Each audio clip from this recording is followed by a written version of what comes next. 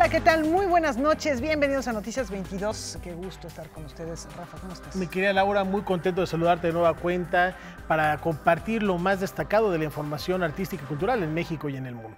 Vamos a platicar acerca de literatura. Paula Hawkins se platicó con nuestra compañera Irma Gallo y hizo algunos comentarios interesantes sobre los bestsellers, como los que ella escribe. La autora de La chica del tren, que inclusive ha sido adaptada a la pantalla grande, pero también estaremos platicando del calentamiento global y una reflexión muy interesante que nos comparten tres de las mentes más autorizadas para hablar al respecto en nuestro país. Entre ellos José Sarucán, que presentan un libro sobre el cambio climático, y también vamos a hablar de plantas sagradas. Las plantas sagradas en México. Plantas medicinales.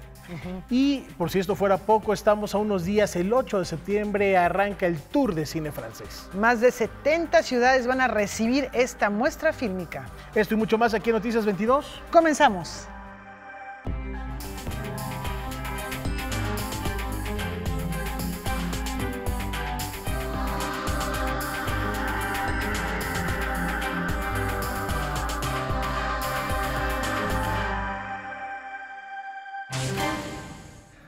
Comenzamos platicando de música, concretamente de una de las óperas que fue muy representada en el siglo XIX, pero que después, así pasa, Rafa, que de pronto hay algunas obras que se van perdiendo. Tras la muerte de su autor, de hecho fue en 1882, no volvió a montarse a los escenarios nacionales y nos referimos a Catalina de Guisa. De Zenobio Paniagua, que gracias al esfuerzo conjunto del CENIDIM y de la UNAM, la vamos a poder escuchar ya con oídos, digamos, del siglo XXI. Vamos por ella. Tuvieron que pasar 158 años para que se volvieran a escuchar las arias que Zenobio Paniagua compuso para Catalina de Guisa. Este compositor mexicano, originario de Michoacán, estrenó su primera ópera en el Teatro Nacional, considerada una pieza clave en el bel canto de México. Zenobio Paniagua nace con la independencia de México, nace en 1821 y a partir de ahí va a desarrollar pues diferentes labores alrededor de la música. Va a ser niño cantor en la Catedral de Morelia. Es en 1845 cuando comienza a crear Catalina de Guisa su primera ópera y la estrena hasta 1859 en el Teatro Nacional en plena Guerra de Reforma. La música de Paniagua está por descubrirse. Lo que hoy estamos escuchando, estas tres áreas que apenas estamos rescatando, haciendo la edición musical como parte de este gran proyecto, nos revela un Paniagua belcantista, obviamente inscrito dentro de lo que era el lenguaje musical de su época, Donizetti, Bellini, pero con una personalidad propia. Catalina de Guisa está ambientada en la época francesa de la Reforma Protestante y plantea el enfrentamiento entre un grupo de franceses católicos contra los hugonotes, que son protestantes. Es ahí donde se da una trágica historia de amor entre Catalina y un conde. Sin embargo, su esposo, el duque, descubre el idilio. No podemos entendernos a nosotros mismos sin conocer nuestra historia. Y parte de nuestra historia es la representación de óperas mexicanas, bueno, la composición de óperas mexicanas. En ese sentido, conocer Catalina de Guisa, así como conocemos Hildegonda de Morales, Anita o Matilde de Julián Carrillo, yo creo que merece la oportunidad la ópera mexicana. La ópera será presentada en la Sala Miguel Covarrubias en abril del 2019, a 160 años de su estreno. El director de escena será Horacio Almada. La escenografía y vestuario estarán a cargo de Mauricio Trápaga. El rescate de esta ópera y el proyecto corre a cargo de Aurea Maya y Verónica Murúa. Noticias 22, Alberto Aranda. Bueno, un buen trabajo de rescate, de recuperación. Y fundamental reivindicar a los creadores de ópera en nuestro país.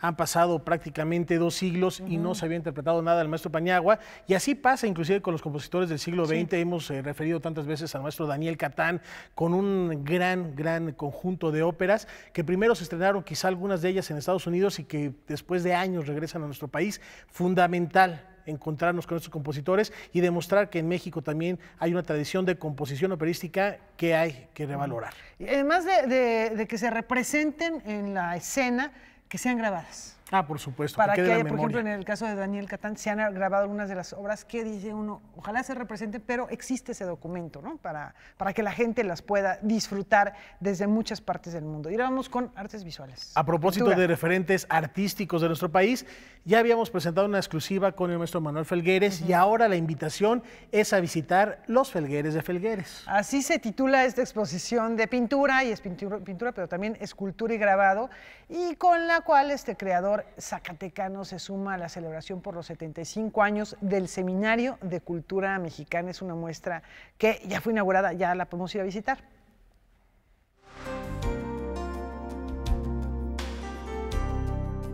La exposición consta de 27 piezas, que son escultura, pintura y obra gráfica.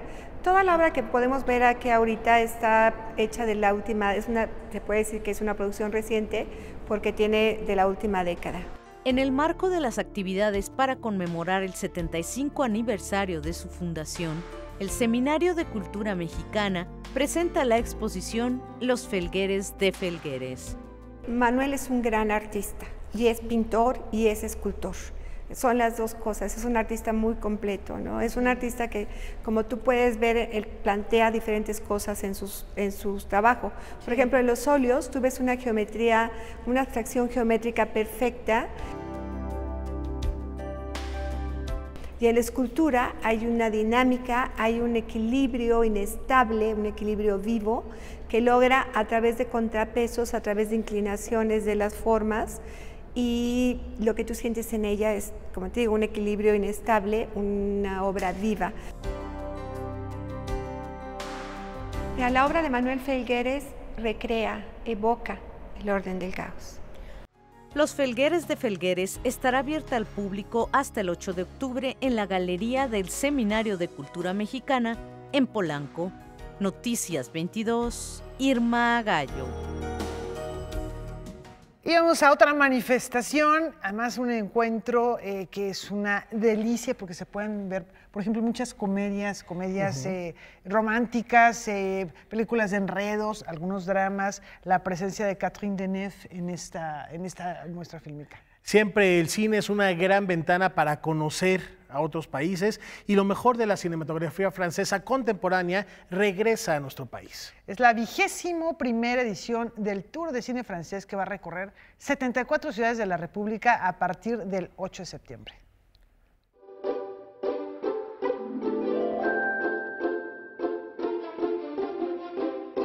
Es otro tipo de producción y además como mexicano, como mexicana te puedes identificar súper bien con la cultura francesa porque la verdad es que somos unos latinos que no bailamos, pero somos latinos al fin y al cabo, ¿no? Y entonces tenemos esta base cultural en común, mucho más en común que con los sajones del norte, por ejemplo. Entonces, cuando ves una película francesa, pues además de que están los paisajes, la gente, los temas, etcétera, también hay algo como de, pues, casi de estar en casa, ¿no? Hace 21 años, Leopoldo Jiménez comenzó, motivado por el gusto al cine europeo, de manera particular por el cine francés, a exhibir películas de este continente. Hoy, el Tour de Cine Francés ya es esperado y ha demostrado que hay un público que prefiere producciones diferentes a las estadounidenses. Pues hoy en día, después de 21 años, el Tour es esta muestra de cine francés itinerante que hoy en día visita 74 ciudades. Se queda en total del 8 de septiembre hasta finales de octubre, donde participan cientos de salas de cine y donde acude el público cada año con mucho gusto. Hoy en día es mucho más fácil encontrar una película francesa, hay cine francés que se estrena a lo largo del año, eso también gracias al Tour, porque de verdad se formó un público que lo espera cada año, pero que también el resto del año ya está empezando a exigir que en los cines cerca de casa se pasen otro tipo de cine, se pasen un cine diferente, y así se fue consolidando gracias a la gente, de hecho. Además de las 7 películas francesas, el Tour proyectará 25 cortometrajes mexicanos en 74 ciudades del país a partir del 8 de septiembre. Vamos a ver comedias románticas, te digo, una primera realización que es aún más bella, una película encantadora, muy luminosa sobre una mujer que luchó contra un cáncer de mama y ahora está luchando para retomar su lugar en la vida y en el camino se encuentra con un galán, entonces no le va nada mal. Una comedia romántica coral que se llama Los Ex, que ocurre en París, a través de historias de amor y historias de exparejas. Ah, excuse-moi, ça doit être les services secrets. Ah non, c'est mon ex, c'est pire. Una película que también es una primera película que se llama Una familia peculiar. Es una gran cinta sobre ser padre, criar a sus hijos fuera del modelo, fuera de la sociedad. Y tenemos una película con Catherine Deneuve y Catherine Frost que se llama El Reencuentro. Y finalmente una primera realización también que se llama Paso a Paso sobre unos jóvenes, que es una bomba en cuanto a diálogos y en cuanto a frescura de tono. Noticias 22, Alberto Aranda.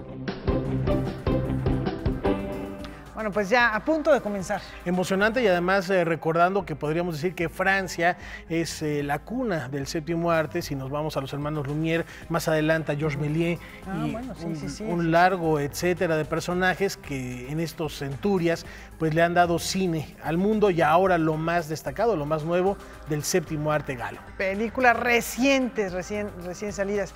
Y vamos a ir a la pausa. Y al regresar le tomaremos el pulso al mundo en materia ambiental.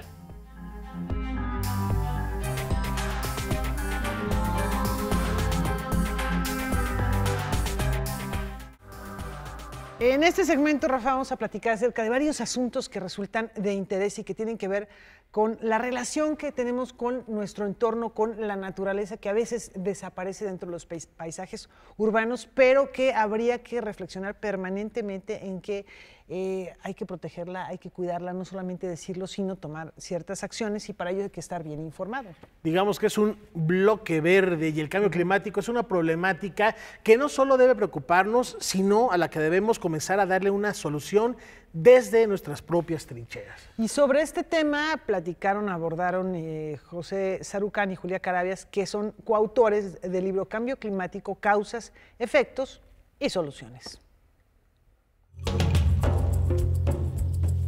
Los cambios del clima y el daño en nuestro planeta no son solo cada vez más notorios, sino también más frecuentes. El tema del cambio climático, la gente lo tiene que entender que está en nuestras manos. Por supuesto en los gobiernos, por supuesto en las empresas privadas, en los científicos, pero todos estos somos partes de la sociedad. Requerimos de acciones mucho más claras, de planes mucho más bien trazados, ambiciosos y con metas y con responsables para que esto pase, pero también de una educación a la sociedad, porque estas cosas no ocurren así nomás porque hay un buen gobierno o hay un mal gobierno o cosas de este tipo. Ocurre por la actividad de cada uno de nosotros, cada día. El cambio, por supuesto, está en los ciudadanos, pero no nada más por la conducta individual, sino por la conducta colectiva, que obliga al establecimiento de políticas públicas. Es algo que es reciente, no que el problema sea reciente, sino que nos estamos dando cuenta recientemente de lo que hicimos desde la revolución industrial. Ignorar el tema del cambio climático, hacer como que no pasa nada ni ha pasado nada, solo puede empeorar la situación. Y que se puede decir que el cambio climático no existe, pues eso es un problema, como lo ha hecho el señor Trump, ¿no? Entonces tiene que haber una ciudadanía, en ese sentido, digo, las riendas de la ciudadanía no es como individuos solamente, por supuesto que individualmente tenemos mucho que hacer. Uno hubiera deseado que en el momento en que ya nos dimos cuenta del tamaño de la bronca, debíamos haber actuado realmente de golpe. Pero a estas alturas todavía tenemos un presidente de los Estados Unidos que dice que esto es un complot de los chinos para ganar, tiempo y competencia comercial. Bueno, De hecho, hasta en su gabinete tiene prohibido hablar de cambio climático.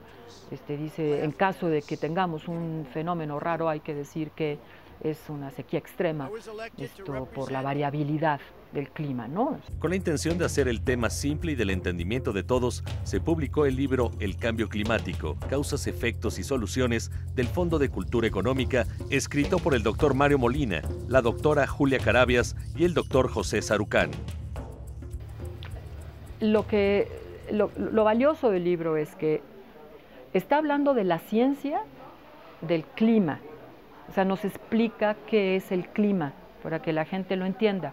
El clima no es lo que se está escuchando en la televisión todos los días, ese es el tiempo, eso es lo que va a pasar con la temperatura más alta, más baja y en dónde. Mucha gente, claro, oye esto del cambio climático en los diarios y todo, pero no tiene una idea muy clara primero de voy a llamar la ciencia que está detrás, de los fenómenos que ocurren y después pues las consecuencias que esto tiene sobre la vida, sobre la salud, sobre la agricultura, sobre... Segundo, está diciendo por qué ese clima está cambiando, cómo la humanidad está haciendo un conjunto de actividades que tiene que ver con el consumo de la energía, con el cambio de uso de suelo, quitar los bosques y con el mal uso de la basura. Y eso es cómo está generando impactos y explicamos qué tipo de impactos, pero una forma, esperamos que suficientemente sencilla para que no tenga que ser un público científico el que lo lea, sino es el público abierto que lo pueda entender. Es una descripción de lo que está ocurriendo, no es una cosa de se acaba el mundo en 20 días, ¿no?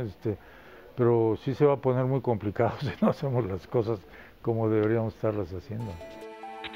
Óscar Helguera, Noticias 22.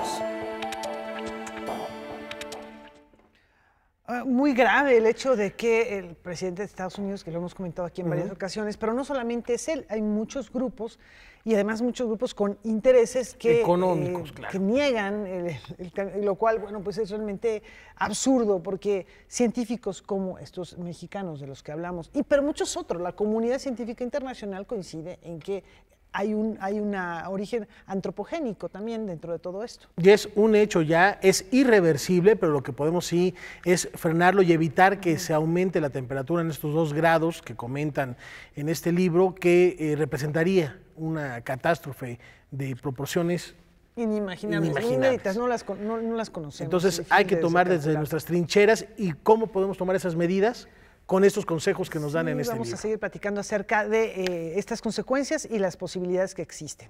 Ya hay ciudades que ya lo están poniendo en práctica, en marcha, Laura, a propósito del cambio climático y las formas de contrarrestarlo. Existe una ciudad en España particularmente, concretamente, que sirve de ejemplo al mundo sobre cómo darle solución, o bueno, intentar acercarse a una solución de problemas de contaminación ambiental y de movilidad. Se trata de Pontevedra. Vamos a conocerla. Hace 18 años, la ciudad de Pontevedra, en Galicia, cambió su forma de pensar y dio prioridad al ciudadano en lugar del automóvil. Este cambio de actitud han hecho que esta ciudad reciba el reconocimiento internacional y de instituciones como la ONU. Nosotros partimos de la base de que las ciudades, sobre todo a finales del siglo XX y principios del XXI, están siendo invadidas por los coches de una forma tan exagerada que imposibilitan la vida ciudadana. Pero no es un problema de una ciudad ni grande ni pequeña, todas las ciudades están llenas de automóviles, el espacio público de entre el 80 y el 90%, 85% está dedicado a los vehículos y para los peatones o para las personas o para los ciudadanos le queda un 15%. Además de eso hay ruido, hay contaminación, hay violencia viaria. Nosotros tomamos la decisión política, porque son decisiones políticas, lo demás, bueno, lo hablaremos, pero tiene que haber una decisión política de recuperar el espacio público para los ciudadanos. Se favorecieron actividades culturales y recreativas en distintos puntos de la ciudad. Se hizo una mejor distribución de los centros de comercio y educativos para evitar los grandes desplazamientos de la población. Con esto, se mejoró la calidad de vida, pero también se implementaron medidas para el adecuado uso del vehículo. Lo que hacemos es que la gente quiere vivir en Pontevedra. Quiere vivir porque tiene una calidad de vida alta. Y para tener una calidad de vida alta no hacen falta coches. ¿Vale? Es que eso es lo que no entiende la gente. Nosotros demostramos que para que una ciudad funcione son necesarios muy pocos coches Y los que son necesarios son perfectamente compatibles con una alta calidad de vida, con una alta seguridad vial, con el niño vaya andando al cole, con que no haya ruido, etcétera, etcétera. Yo siempre digo una cosa, dice, cuando compras un automóvil no compras el espacio para aparcarlo en la calle. La gente cree que sí, pero no. Y si compras dos, tenemos que darte 2 trozos de calle, ¿no? Es que no caben más. Es decir, que hay que pensar de otra forma, ¿no? Noticias 22, Alberto Aranda. Me voy a Pontevedra. No, está maravillosa. Y que sirva esto también de ejemplo, nunca es tarde para tomar medidas. Hoy más que nunca, sí se puede, ahí está el ejemplo. Es una cuestión de voluntades, Rafa. Es una cuestión de voluntades, no de arriba ni de todos, sí, porque no vamos a esperar que alguien más lo haga. Yo creo que lo que decías hace rato es muy, muy importante. Personalmente, individualmente sí podemos tomar acciones y tienen un impacto. Ahí están los vehículos, es un gran ejemplo. Y a propósito de naturaleza, Laura, también lo que implica más allá de las cuestiones sociales, sino las antropológicas, tiene que ver con lo que les presentamos a continuación. Se trata de las propiedades medicinales del consumo de plantas sagradas, que pues es una tradición que ha prevalecido en nuestro país desde tiempos precolombinos. Ahí están estas tradiciones de la herbolaria, el conocimiento de cuáles son los efectos, el impacto que tiene en la salud de ciertas plantas que, bueno, aquí han sido llamadas sagradas, pero que independientemente digamos, de esta definición o esta etiqueta, tienen realmente sustancias que nos pueden transformar, ayudar, en fin, causar efectos. Finalmente son la base de la medicina moderna y su regularización sigue siendo un tema de debate que interesa tanto a la medicina como a la antropología. Plantas sagradas y su regulación en el México de hoy fue el nombre del conversatorio en el que especialistas como el doctor Carlos Viesca de la UNAM y el doctor Mauricio Guzmán del Colegio de San Luis reflexionaron sobre la importancia de conocer los componentes psicotrópicos de estos organismos vivos, sus efectos en el cuerpo humano y sus cualidades curativas antes de legalizar su uso. Todas las plantas sagradas tienen efectos medicinales. No todas las plantas y elementos medicinales pueden llegar a ser considerados como elementos sagrados. Esto es un punto importante. ¿Qué quiero decir? Que en el fondo, plantas y elementos sagrados pueden ser más difíciles de establecer en una legislación que está inmiscuida en un ambiente multicultural y que quisiéramos que se fuera convirtiendo cada vez más en intercultural. Pero tenemos así, simplemente con una probadita de los antiguos códices del siglo XVI, cerca de 90 plantas con efectos psicotrópicos importantes. El peyote, los hongos alucinógenos, el ololiuqui o semillas de la virgen, el toloache o el frijol de mezcal son algunas de las plantas que contienen psicotrópicos en México. Con la Biblioteca Miguel Lerdo de Tejada como sede del encuentro, el doctor Mauricio Guzmán habló sobre los elementos a considerar para la regulación legal de estas plantas. Las drogas no son solo aquellas sustancias que producen un tipo de alteración psíquica y corporal y cuyo uso es objeto de control y represión por parte del Estado. Incluyen también las sustancias que reconocemos como medicamentos y ciertos alimentos como el azúcar, el café, el tabaco y el alcohol. En este sentido, hay drogas lícitas e ilícitas, y su definición en cuanto tales depende de las valoraciones sociales y culturales establecidas a partir de sus usos y las consideraciones sobre sus beneficios y riesgos a la salud humana. Entonces, ¿qué tenemos? Posibles usos medicinales de plantas que en nuestras culturas originarias, y digo nuestras así 3 veces subrayado porque son de todos los mexicanos, responsabilidad central, el cuidado y el entender qué es lo que hacen. En términos medicinales nos falta investigar muchísimo, como ya lo apunté. Noticias 22, Karen Rivera. Bueno, pues este fue un viaje astral. No, al mundo precolombino. Vamos a invitar a hacer otro viaje ahorita. Pero por el mundo, para saber qué sucede en materia de cultura a lo largo de nuestro planeta, también enfatizar lo que está pasando de manera particular en Estados Unidos, que tiene mucho que ver con eso que estamos platicando ahorita de los fenómenos meteorológicos que también se han venido transformando con el tiempo a propósito del cambio climático. Este es nuestro recorrido por el mundo.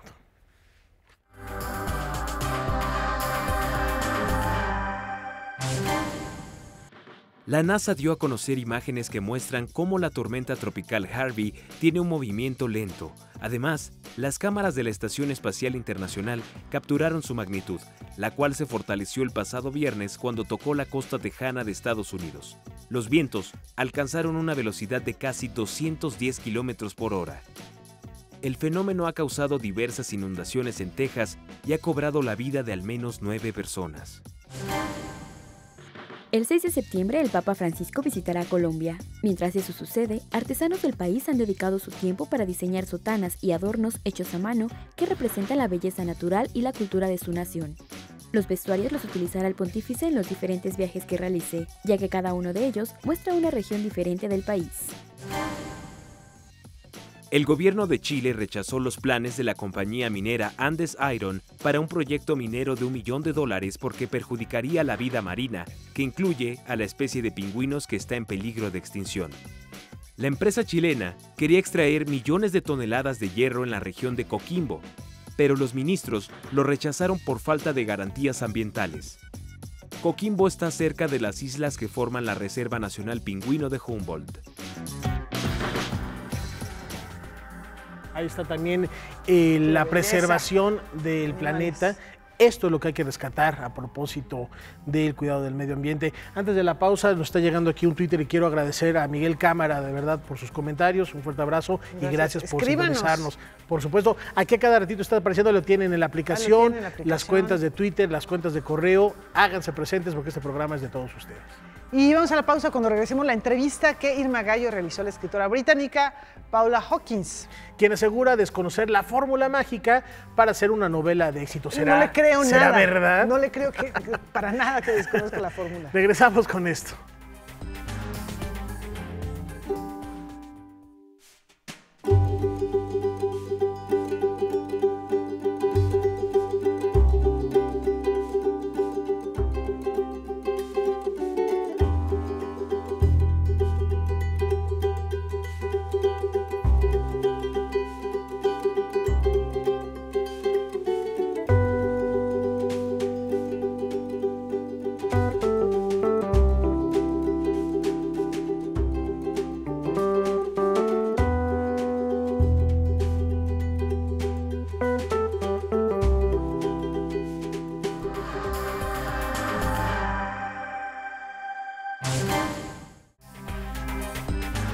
Vamos a platicar de una autora que nació y creció en Zimbabue antes de mudarse a Londres, donde fue además periodista financiera por más de 15 años y escribió novelas románticas bajo el alias de Amy Silver. Amy Silver, efectivamente se hacía llamar, y esto fue antes de convertirse en la sensación literaria de Reino Unido con un libro en particular que es un exitazo, un superventas. La chica del tren, ella es Paula Hawkins, quien se encuentra en México promocionando su más reciente novela. Ahí retoma los tópicos, los asuntos que han ocupado su primer trabajo y bueno, parte de su obra, que son las trampas de la memoria, el espacio de las mujeres, la violencia también contra la mujer. Vamos a ver esta entrevista.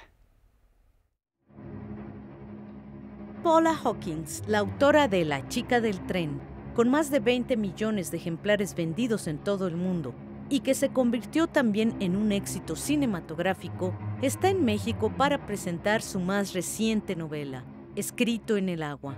¿Qué tienen en común estos dos trabajos de la también periodista, nacida en Zimbabue y avecindada en Londres desde que era una adolescente? La pasión por los personajes oscuros. I've always been drawn to really dark stories. I can't really give you a good reason why, but I have been, and I think actually lots of us are. We're taught to enjoy the sort of darker side of literature from childhood when we read fairy stories where not lots of horrible things happen to people all the time. But yeah, I'm interested in exploring how people behave in quite extreme situations, in extreme grief or fear or after tragedy, and how people respond to those kind of situations, how they recover from damage or how they fail to recover from damage. I find those kind of ideas fascinating. I happen to be focusing on women in these two books that I've been writing because at the moment, I'm particularly interested in women's lives and the challenges that women face. So I am focusing on the female characters, but I'm not saying that necessarily women have greater secrets or darker thoughts. En La chica del tren, Paula Hawkins logra crear un personaje complejo y profundo, la tribulada Rachel, que sufre pérdidas de memoria por el grado de alcoholismo que padece. Emily Blunt encarnó a Rachel en la versión cinematográfica. There was something of me in Rachel. I moved to London when I was young. I grew up in Africa and then I moved to London, and I was very lonely when I moved. I didn't know anyone, and it took me a long time to make friends and to make connections. And I remember sitting on the train and going into work or going into my college, and that feeling that alienation and that loneliness. And Rachel has that for completely different reasons, but so there's part of my loneliness and my wanting to make a connection with people. For me, almost the most interesting thing was the memory loss, because if you can't remember what you've done and how you've behaved, you lose kind of a direct connection to your actions, so you don't feel the proportionate sense of guilt or responsibility. It changes your response to your actions. So that for me was the fascinating thing. If you can't remember what you've done, well, how do you respond to what you've done? So I was thinking about, memory loss and the various different ways in which we lose our memories, and one of them is from drinking too much, and it's a common problem in England. It's a very common problem. Starts to erode your sense of self and your self-esteem and your self-respect. So that was all that went into that character of Rachel. En su segunda novela, Escrito en el agua, su protagonista Jules viaja al pueblo de su infancia cuando se entera de que su hermana Nell se ha suicidado arrojándose al lago. Una vez más, la memoria juega un papel importante en este personaje creado por Paula Hawkins. Yeah, I'm fascinated by the way memory works, by the way we obviously we have to rely on our memories. Yes. And yet our memories are not always reliable.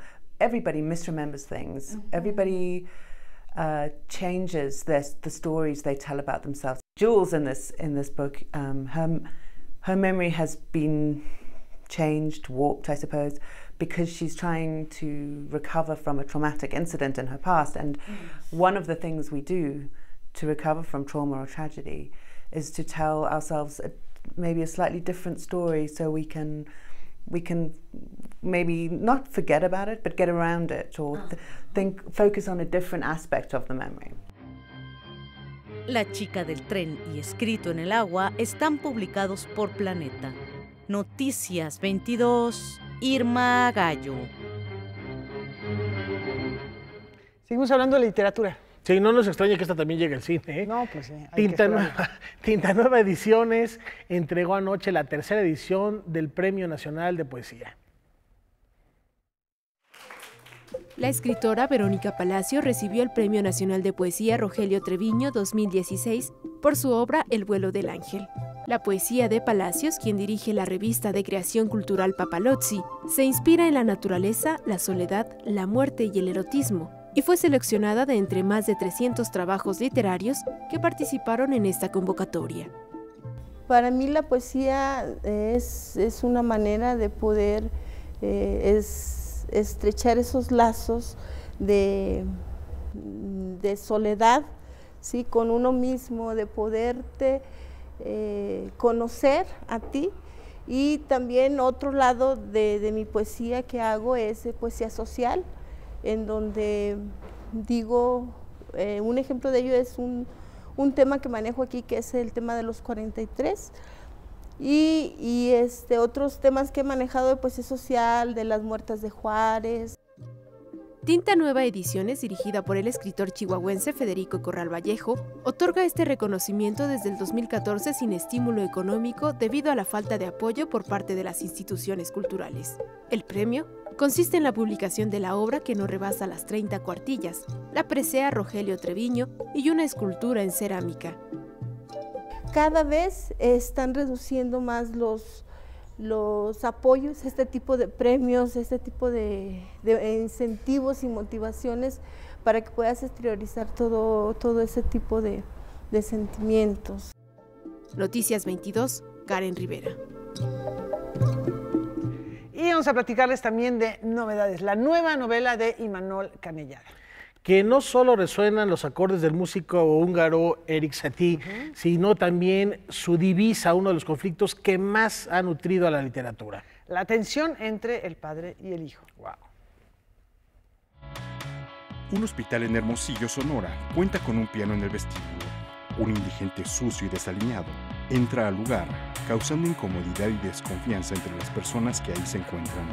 Se sienta al piano y comienza a ejecutar la música, que habrá de transformar la impresión inicial que ha causado. A partir de esta anécdota de la vida real, Imanol Canellada escribe La fiesta de los niños desnudos.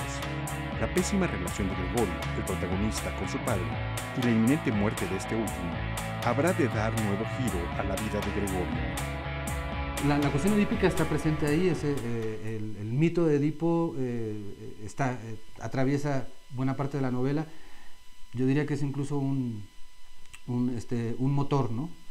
que desencadena una serie de circunstancias. El personaje principal y narrador odia a su padre, un padre tiránico, un padre despótico que lo ha hecho sufrir durante toda su niñez y adolescencia, y este odio lo lleva a tomar una decisión totalmente edípica, es la de querer eliminarlo, ¿no? Matarlo. Y a partir de ahí entra en contacto y entra en conocimiento con este individuo, con este marginal, este indigente, pianista, que lo conoce en el hospital donde está su padre enfermo. Pero este viaje que Gregorio inicia hacia el mundo de la indigencia tiene un sesgo que no solo destaca la pobreza económica. Por un lado está la cuestión de la indigencia como derivado de determinadas condiciones económicas de la pobreza, pero también existe la indigencia como una posibilidad de escaparse de quién es uno, de fugarse de la cárcel de las convenciones sociales y de la personalidad que uno adquiere con los años para encajar en una sociedad que de pronto podría pensarse que se ha vuelto loca esta sociedad, ¿no? Mendigos, vagabundos, en todo caso invisibles para muchos sectores sociales, conforman un universo donde los valores imperantes son subvertidos. Y en esta humanización, pues, enfrentamos una serie de demonios que tienen que ver con nosotros mismos, como quiénes somos, como individuos y como sociedad. Desde la existencia de esta marginalidad invisible hasta la propia sociedad que estamos defendiendo a capa y espada como la única posibilidad. Esta novela creo que también habla un poco de eso, de lo que es del libre albedrío, ¿no? El elegir. Realmente desde niños nos dicen que una de nuestras grandes virtudes y características es el libre albedrío. Nosotros elegimos. Realmente hasta dónde elegimos, ¿no? Y realmente qué opciones tenemos más allá de lo que nos está imponiendo un sistema y una forma de vida. ¿Cómo podemos crear otras formas de vida alternas a esa? Es difícil. Entonces la marginalidad de pronto puede ser una respuesta. La fiesta de los niños desnudos aparece bajo el sello Tusquet Editores. Noticias 22, Víctor Gaspar. Hotel de Arraigos, otra novela que habría que leer de Imanol Canellada. Y a propósito de que ya arrancaron los ciclos de ferias del libro, acaba de terminar la Filuni el fin de semana pasado, pero ahorita está la de Pachuca, Hidalgo, y está la Feria Internacional del Libro del Estado de México, así que no hay pretexto para no leer. ¿Una pausa? Muy breve.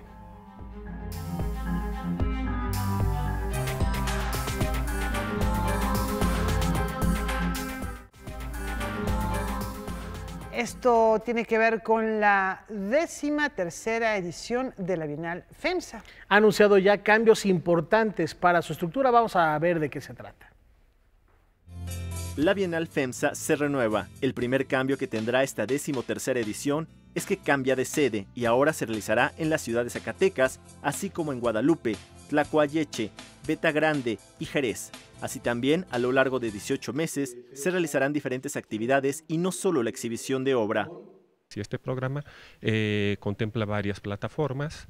Tenemos un curador para algo que llamamos colaboraciones museológicas. Daniel Garza Usabiaga va a estar a cargo de este programa. Tenemos una plataforma editorial a cargo de Nicolás Pradilla, que ya trabajó con nosotros en la edición anterior. Ahora él va a ser el curador del programa editorial, de la plataforma editorial. También vamos a tener un programa público que en esta edición consistirá en un simposio de 3 días en el cual discutiremos el tema de las bienales en Latinoamérica. Y similar a la 12ª edición, el programa curatorial de la 12ª edición, también tendremos un espacio para residencias, estaremos comisionando obras de artistas, obras para los museos de Zacatecas. Las exposiciones se realizarán en 7 museos de Zacatecas, así como en espacios públicos en donde se darán talleres y pláticas. La bienal estará enfocada, entonces lo que planteamos es una bienal de carácter histórico, porque las bienales normalmente intentan medir el pulso del presente. Lo que planteamos ahora con este título, Nunca fuimos contemporáneos, justamente una mirada hacia la historia. Por lo tanto, la ciudad de Zacatecas será una ciudad propicia para este tipo de ensayo curatorial o de bienal de programa.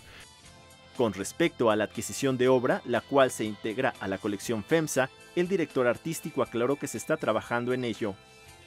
Los montos cambia también porque ahora estos recursos están asignados a programas, a la producción de obras, ¿no? Más que la adquisición. Esto no quiere decir que no pueda haber adquisición de obras por parte de la colección FEMSA, como sucedió en la bienal anterior. Hay un cambio de modelo, ¿no? Entonces también esto representa algunos ajustes, ¿no? Incluso cuál puede ser la relación de la colección con la bienal, en fin, pero son muchas cosas que se están trabajando, ¿no? Todavía no hay un esquema que podamos decir, mira, así va a funcionar ahora, va a haber adquisiciones o no va a haber adquisiciones, esto queda muy abierto. Como en la edición anterior, se repite el proyecto que se denominó Un Lugar Común, el cual era una casa en donde se generaban proyectos y se vinculaba con la población de la zona. Ahora este lugar tendrá por nombre El Santero. El Santero es un espacio de exhibición donde también se organizan residencias y talleres de un artista local que se llama Alfonso Monreal, y él amablemente, cuando se enteró de la Bienal, ¿no? Tuvimos mucho contacto con él es uno de los colaboradores de la Bienal, nos ofreció el espacio, ¿no? Nos cedió el espacio por 1 año y medio para que sea la sede del programa curatorial, las oficinas del equipo curatorial, hay un espacio de residencias, estaremos organizando talleres, exposiciones y charlas con artistas y también seminarios en ese espacio. Noticias 22, Alberto Aranda. Bueno, seguimos platicando de libros.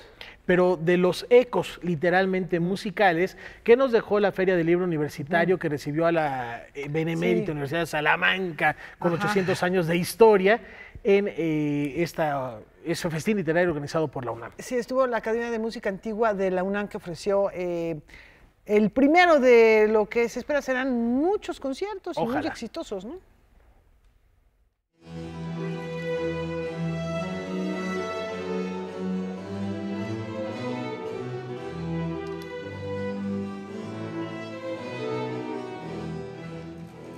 En punto de las 13:30 horas, por primera vez la Academia de Música Antigua de la UNAM, acompañados de la música de la Universidad de Salamanca, pisaron el escenario que será su casa, el Anfiteatro Simón Bolívar del antiguo Colegio de San Ildefonso, para ofrecer, a un mes de su fundación, su primer concierto. Cuando el director Bernardo García Bernal les dio la indicación, iniciaron un recorrido por las obras más representativas del barroco europeo, bajo el título La música para una universidad festejante, que incluyeron composiciones de los italianos Giancarlo Corelli y Francesco Ghemanini. La importancia de esta música no nada más tiene que ver con el acervo que se puede encontrar en la música novohispana, que fue maravilloso y que va de la mano también con finalmente proyectos de investigación y proyectos de vinculación con la academia. Estas obras fueron compuestas en la capilla de la Universidad de Salamanca en el siglo XVIII, en la que trabajaron 3 generaciones de músicos y en las que se fundieron diversas corrientes musicales procedentes principalmente de Italia. Nos parecía interesante trabajar música hispana que es muy similar a la música novohispana en estilo, en influencias, etc. Y bueno, y tenía esa otra cuestión simbólica, ¿no? de nuestros 800 años de existencia.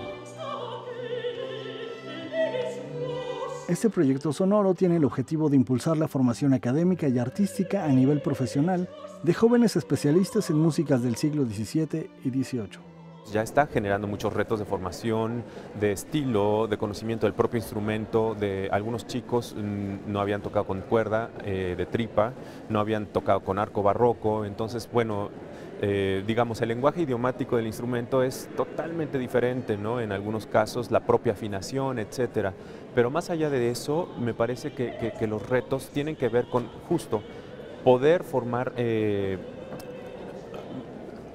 otro concepto de un músico que toca estas versiones históricamente informadas. Noticias 22, Óscar Cortés.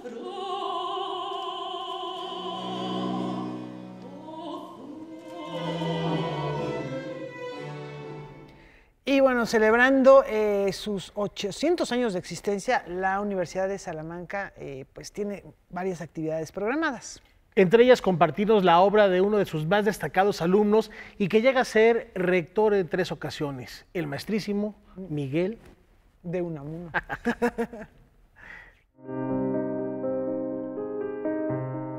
En el marco de la Filuni se llevó a cabo la inauguración de una exposición en torno a un destacado egresado de la Universidad de Salamanca, invitada especial de la feria. De la sede del Centro Cultural de España en México acabamos de inaugurar una exposición que es bajo el título Destierro, Descielo. Trata de reconstruir la experiencia vital, la experiencia creativa y también la experiencia política de don Miguel de Unamuno en el periodo del exilio. Más de 300 documentos integran la exposición, entre los que se destaca un gran número de libros en muy diversas lenguas. En efecto, desde en esos años tiene lugar un enorme número de traducciones, de ediciones nuevas de su obra en un buen número de idiomas, y justamente eso es lo que hemos querido reflejar también en una parte de la exposición. Es decir, hemos traído primeras ediciones de traducciones de sus obras en muchas lenguas. Todo ello además es posible gracias a que la Universidad de Salamanca es depositaria desde hace décadas ya del legado personal y familiar de Unamuno. Es decir, tenemos un centro de documentación que es al mismo tiempo museo, que es la Casa Museo Unamuno, que es sin duda el principal depósito documental sobre el personaje. Y de hecho todas estas piezas que han venido a México proceden de esta Casa Museo Unamuno de la Universidad de Salamanca. A casi 8 siglos de su fundación, la Universidad de Salamanca reconoce a uno de sus destacados estudiantes, don Miguel de Unamuno, a través de esta exposición. Y efectivamente es un personaje clave, desde luego en la historia de la Universidad Española, pero más que eso en la historia de la cultura española, en la historia del pensamiento español, porque además su obra lo abarca prácticamente todo, es decir, desde la reflexión filosófica e incluso teológica a la creación literaria y a su vez en todos los órdenes, es decir, la novela, la poesía, el teatro, naturalmente el ensayo político, la vertiente pública.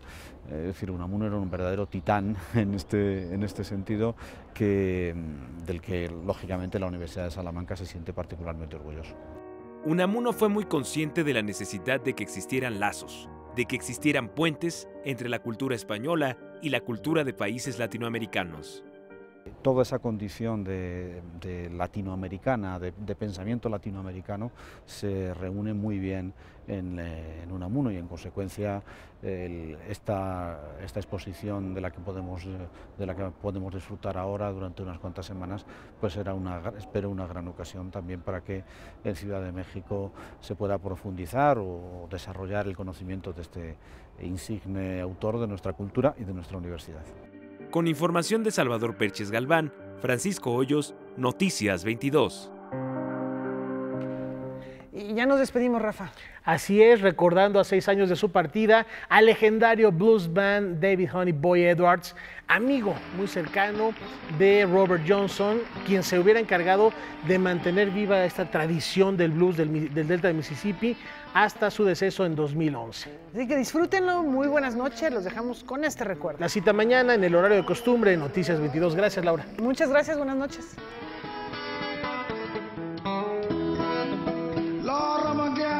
I'm a gambling man, gambling everywhere I go.